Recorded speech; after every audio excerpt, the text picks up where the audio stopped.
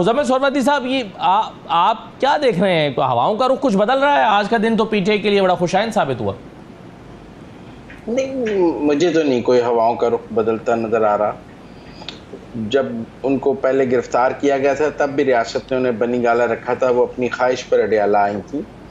ان کے حوالے سے پہلے دن سے ایک سافٹ کارنر موجود تھا جب انہیں بنی گالہ کو سب جیل قرار دیا گیا تھا، کیونکہ انہیں جیل میں نہیں رکھا جانا چاہتے تھے۔ وہ تو پھر علیمہ خان نے اس کے اوپر پریس کانفرنس کر دی کہ یہ کسی ڈیل کے تحت بنی گالہ میں موجود ہیں، انہیں جیل میں آنا چاہیے۔ تو وہ اپنی نند کی پریس کانفرنس پہ ان کو یہ پٹیشن کرنی پڑی کہ مجھے بنی گالہ سے جیل میں اڈیالہ میں شفٹ کیا جائے، ورنہ ریاست تو پہلے دن سے انہیں بنی گالہ میں سب جیل قرار دے کے وہاں رکھنا چاہتی تھی۔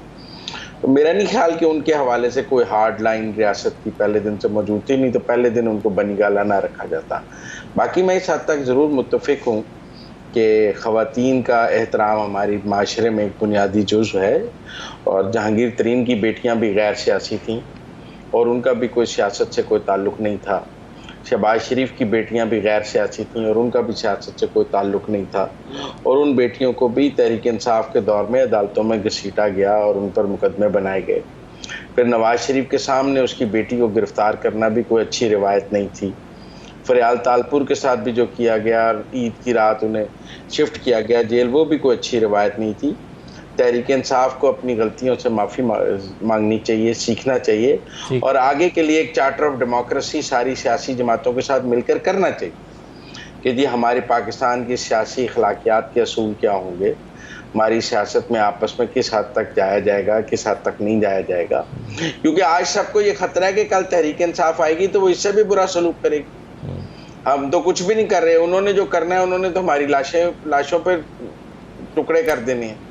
ایک رائے یہ بھی تو موجود ہے نا کہ وہ پہلے بھی ہمیں مارنے کی کوشش کرتے رہے ہیں، وہ کہتے رہے ہیں ان کو میں رلاؤں گا، ان کو میں رلاؤں گا، تو یہ دوبارہ بھی آئیں گے تو یہ یہی کریں گے، تو لہٰذا اس دفعہ ہی کر لی جائے۔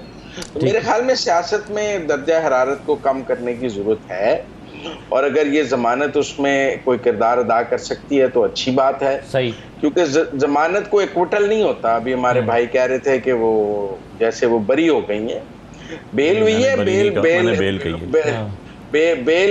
بیل کا مطلب ہے مقدمہ اپنی جگہ موجود ہے اور اس مقدمے کی سماعت ہونی ہے۔ یہ دیکھا جائے گا کہ اب کیا وہ اگر کے پی کے سی ایم ہاؤس میں بیٹھ کے ان مقدمات میں پیش نہیں ہوں گی تو پھر ایک اور سوال پیدا ہو جائے گا کہ کیا وہ کے پی کے سی ایم ہاؤس میں رہ سکتی ہیں وہاں بیٹھ کے۔ بالکل تو یہ دیکھ اب ان کا ایک سیاسی کردار بھی دیکھا جائے گا کہ کیا وہ آگے اپنا ایک، کیونکہ آج سے پہلے تو ایک نیریٹو تھا پی ٹی آئی کا کہ وہ ایک ہاؤس وائف ہے، اب جب وہ کے پی کے سی ایم ہاؤس میں ہیں وہاں پہ کیا وہ کیبنٹ کے اجلاسوں میں شرکت کریں گی، کیا وہ پارٹی کے رہنماؤں سے ملیں گی، کیا وہ پارٹی کے اجلاسوں میں شرکت کریں گی، کیا وہ پارٹی کی قیادت آگے کرنا چاہیں گی، لیڈ کرنا چاہیں گی، یہ سب چیزیں اگلے کچھ دنوں میں صحیح ہے۔ چلیں اس کا جواب تو شاید علی بخاری صاحب دے سکیں۔ 26ویں آئینی ترمیم میں قاضی فیصل صاحب کا کردار کتنا دیکھتے ہیں آپ؟ اتنا ہی جتنا عمرتا بندیال کا پریکٹس اینڈ پروسیجر بل میں دیکھتا ہوں کہ بل بننے سے پہلے معطل کر دیا تھا، وہ ترمیم ہونے سے پہلے پٹیشنیں کروائی جا رہی تھیں، وہ پٹیشن وہ کہہ دیتے ترمیم کرنے سے روک دیتا ہوں پارلیمنٹ کو۔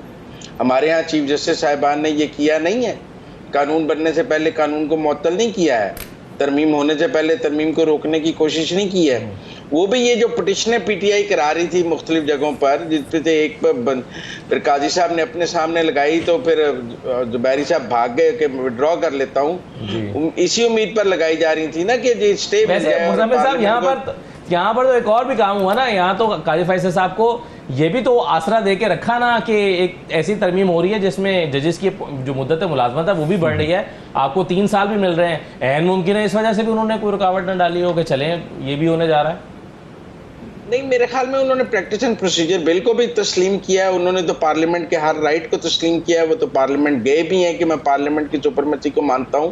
وہ ان ججز میں نہیں ہیں جو پارلیمنٹ کو ریڈیکیول کرتے ہیں، جو لوگ پارلیمنٹ دیکھیں، میں ابھی گوہر صاحب بات کر رہے تھے یہاں پر، میں اس کو بھی رسپونڈ کرنا چاہتا تھا۔ جب بھی ہم کوئی تحریک انصاف کی بات کرتے ہیں تو یہ 80 کی 90 کی دہائی کی مثالیں لا کر اپنے ایکٹ کو جسٹیفائی کرنے کی کوشش کرتے ہیں کہ دیکھیں 90 کی دہائی میں ایسے ہوا تھا، دیکھیں 80 کی دہائی میں ایسے ہوا تھا۔ بھائی اس کے بعد چارٹر آف ڈیموکریسی ہوا اور دونوں سیاسی جماعتوں نے اپنی غلطی کا احساس سمجھا اور نئے رولز آف دا گیم سیاست کے طے کیے، جس کو آپ مکمکا کہتے ہیں۔ آپ کو بھی یہی کہتے ہیں کہ آپ ان سیاسی جماعتوں کے ساتھ ہی آپ نے سیاست کرنی ہے, آپ کوئی اوپر ساتویں آسمان پر تو سیاست کر نہیں سکتے ہیں. ان کے ساتھ بیٹھ کر پالیٹکس کے رولز آف دی گیم طے کریں, کو ایگزسٹنس کے رولز. اگر آپ یہ کہیں کہ ہم اگلوں کو ایلیمنیٹ کریں گے, وہ آپ کو ایلیمنیٹ کریں گے, تو ایلیمنیشن کی سیاست کوئی اچھی سیاست تو نہیں ہے. اب سمبل کو بہت کہا جاتا ہے کہ جی ہم سے سمبل لیا گیا. سب سے پہلے تو سینٹ میں مسلم لیگ نون سے شیر کا سمبل لیا گیا, ان کے سارے سینیٹرز کو آزاد کرا کے پھر آپ نے صادق سنجرانی کو الیکٹ کرایا, کیونکہ آپ ان کو آزاد رکھنا چاہتے تھے. اور آپ نے سینٹ میں کے الیکشن میں نون لیگ سے شیر کا نشان لیا اور اقلیت کو اکثریت میں بدلا, اور آپ کی سینٹ میں اکثریت نہیں تھی, آپ صادق سنجرانی کو 2 دفعہ الیکٹ کرایا آپ نے. تو یہ جو کچھ آپ نے پاکستان کی سیاست میں کیا ہے وہ کاٹ رہے ہیں آج آپ, کیونکہ ایک دفعہ جب انٹرونشن ہو جائے اس کو باہر نکالنا بہت مشکل ہو جاتا ہے. صحیح, بالکل صحیح ہے. چلیں مختصراً مزمل صاحب مختصراً بتا دیں, دو راستے ہو سکتے ہیں نا. ایک تو یہ کہ یہ جیسے بخاری صاحب کریں گے انڈو ہوں گی یہ جو ترامیم ہے, یہ بھی تو ہو سکتا ہے کہ ان ترامیم میں ابہام یا غلطیوں کو دور کرنے کے لیے ایک اور ترمیم آ جائے جس سے یہ چیزیں, تو کون سی چیز ہوتی ہوئی آپ کو نظر آ رہی ہے؟ میرے خیال میں انٹرپریٹ ہو جائیں گی آئینی بینچ سے. جو ابہام ہے وہ سپریم کورٹ کے آئینی بینچ کا اختیار ہوگا, وہ آئین کو انٹرپریٹ کر سکتا ہے اور انٹرپریٹیشن میں ابہام دور ہو جائیں گے. پہلے جوڈیشل کمیشن بنے گا, اس کے بعد آئینی بینچ بنے جوڈیشل کمیشن بنے گا کیسے سر؟ اس کا تو ایک ممبر ہی نہیں ہے آئینی بینچ کا سب. کوئی ایک ممبر نہ ہونے سے کمیشن ختم تھوڑی ہو جاتا ہے. اب یہ پارلیمانی کمیٹی میں پی ٹی آئی کے 3 ممبر نہیں آئے تو پارلیمانی کمیٹی ختم ہو گئی ہے. ایک ممبر نہ ہونے سے کوئی مطلب میجورٹی تو اپنی جگہ موجود ہو. ٹھیک ہے, یعنی 13 کی بجائے 13 کی بجائے آپ کہتے ہیں کہ جوڈیشل کمیشن 12 ممبرز پر مشتمل ہو جائے گا. چلیے, اور وہ پہلا اجلاس کر لے گا, اس کے بعد 13 ہو جائیں گے. چلیے, بہت شکریہ, بہت شکریہ. یہ ایک سادہ سا دیکھیں حل نکال کے دیا نا مزمل سہروردی صاحب نے.